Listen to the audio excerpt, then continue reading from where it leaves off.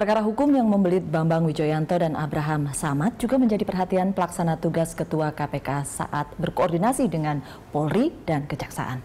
Yang ketiga, poin yang ketiga yang sedang kita tangani adalah mengenai kasus di mana saudara AS dan saudara BW dijadikan tersangka. Ini juga menjadi catatan khusus. Ya tentunya kita mengatakan jangan dong, itu kan domainnya orang lain, ada di pekarangan orang lain. Tapi saya katakan itu adalah warga kami, Pak. Oleh karena itu tekanan kami adalah tolong betul-betul objektif dan proper. Kalau objektif dan proper, kemungkinan persoalannya akan menjadi beda. Pak Jaksagung mengatakan, Pak Taufik untuk kasus yang ketiga ini tentunya nanti akan masuk ke ranah Kejaksaan Agung, dan kami sudah menyiapkan yang namanya tim yang akan melakukan evaluasi untuk persiapan pra penuntutan. Tolong objektif dan proper. Sebelum kita masuk ke pencegahan dan penindakan tadi, tolong objektif dan proper menangani kasus BW dan AS, begitu kata Pak Ruki ketika bertemu dengan Polri dan Kejaksaan. Anda merasa sudah objektif dan proper? Saya ingin mendorong supaya proses itu objektif dan proper. Karena menurut saya memang banyak hal yang masih bisa dipersoalkan.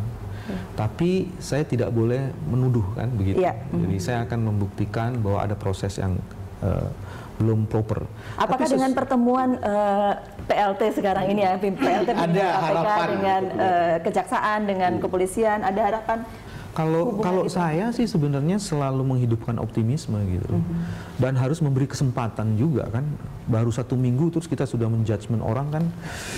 Walaupun di tengah begitu kritik gitu ya, kalau saya tetap memberi ini proses, ruang, memberi optimisme. Karena saya menyaksikan kalau dari berita, lalu kalau melihat ke lapangan, cara Anda mencari keadilan tidak beda dengan orang lain yang juga mencari keadilan, bukan? Anda kemana-mana, Anda ke Peradi untuk bisa lihat posisi sebagai seorang advokat, seberapa dapat perlindungannya kita belum tahu hasilnya. Anda diperiksa seperti biasa sampai subuh juga di kepolisian. Jadi itu tidak ada hal yang berbeda lah. Padahal Anda adalah seorang penegak hukum yang notabene kalau kita lihat KPK ya mestinya sesuatu gitu. Itu yang saya suka bilang ironi, tapi saya tidak menyesalkan. Ironinya tuh gini. Waktu saya di LBH, di LBHI, di LBH Papua, sampai di proses transisi, itu saya selamat tuh. Selamat dalam artian apa? Artinya saya tidak pernah menjadi tersangka gitu loh. Tapi ketika menyandang jabatan sebagai wakil ketua pimpinan KPK, saya kemudian menjadi tersangka dalam republik yang tercinta ini. Gitu. Dan tidak ada gugatan untuk pra peradilan, bukan? Ya, saya tidak. Karena saya meyakini bahwa apa yang dilakukan oleh KPK itu sudah benar, jadi loh. Saya meyakini itu, dan itu sebabnya cakupan lingkup kewenangannya juga di pra peradilan itu seperti yang saya yakinin. Jadi saya tidak akan mungkin melawan aturan yang secara moral saya yakini. Jadi saya nggak akan mungkin melakukan itu.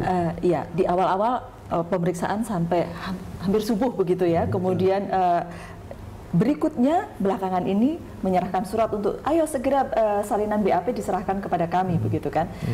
Dan soal penambahan pasal-pasal sangkaannya, kemudian soal penulisan jabatan, dan bahkan ada wacana untuk judicial review.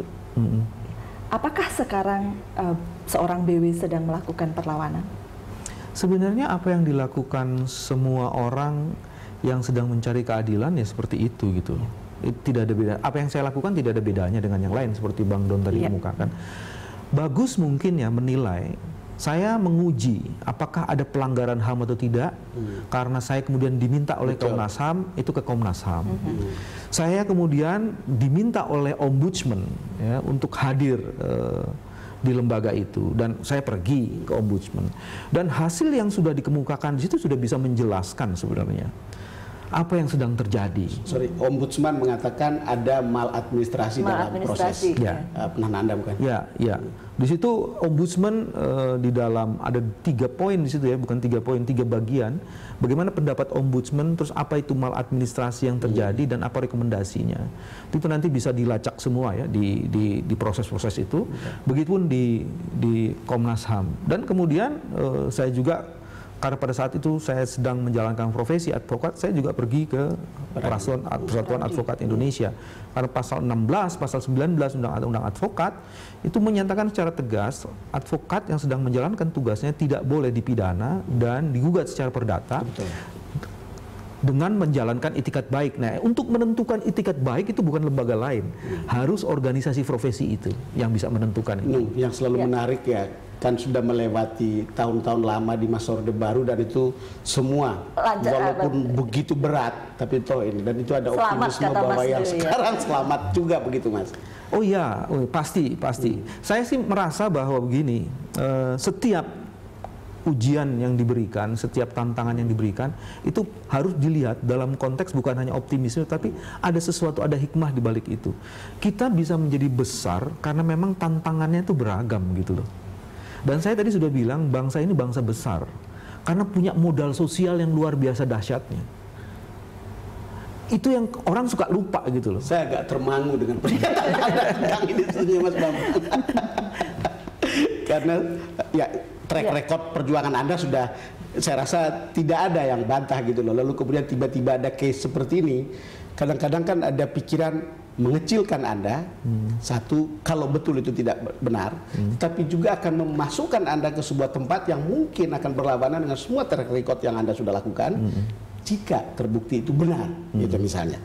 Ini kan soal, bagi saya itu jadi soal human gitu. Seorang pejuang diperlakukan seperti ini, lalu kemudian terantuk oleh kasus yang sebetulnya banyak orang mengatakan tidak apple to apple lah dengan kasus BG.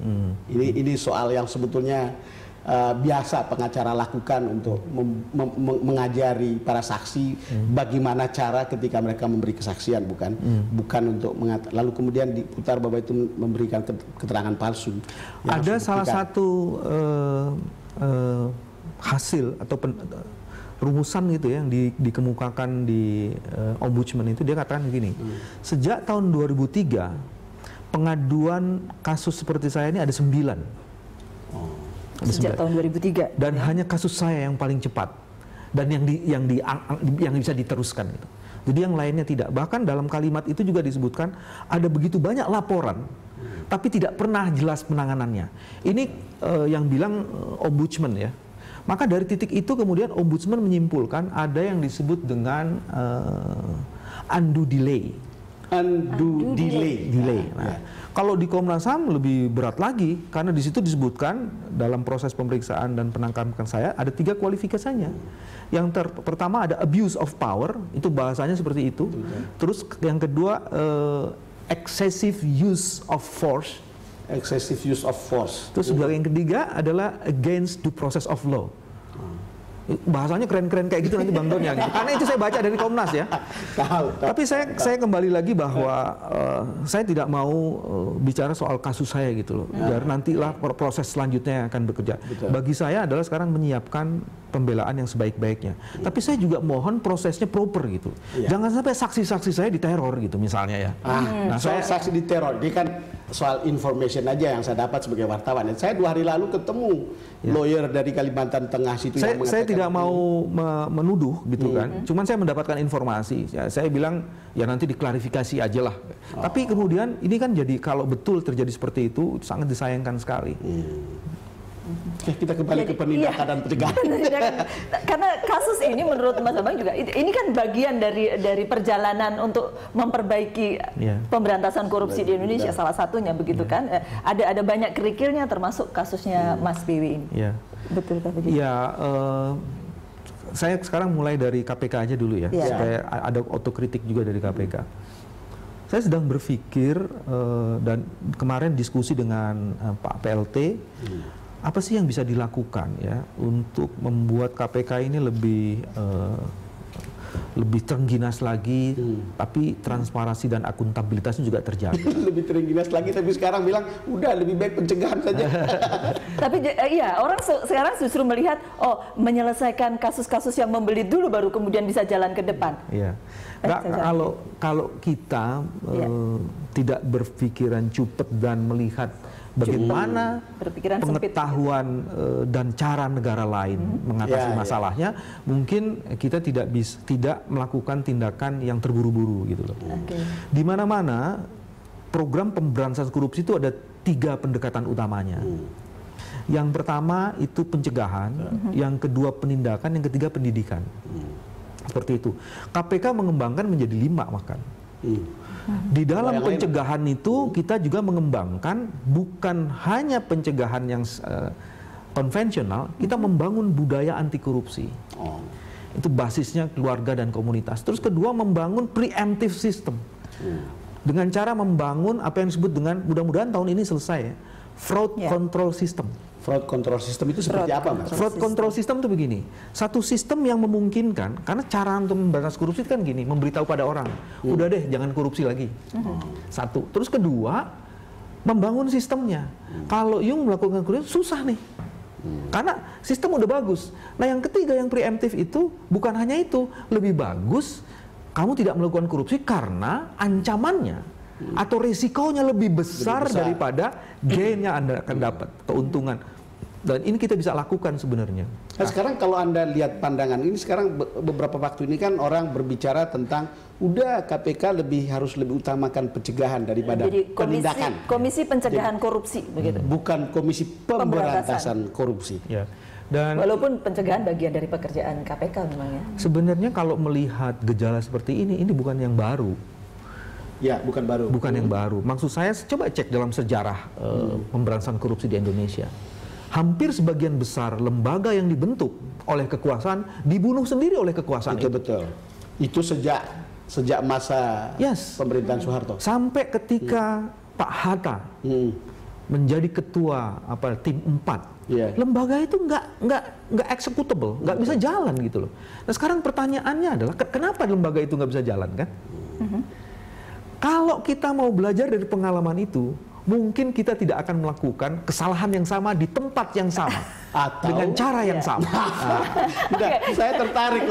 Kita break dulu tapi ya, boleh Bang, nanti Bang Don lanjutkan sesudah ini. Kami akan kembali sesaat lagi untuk Anda.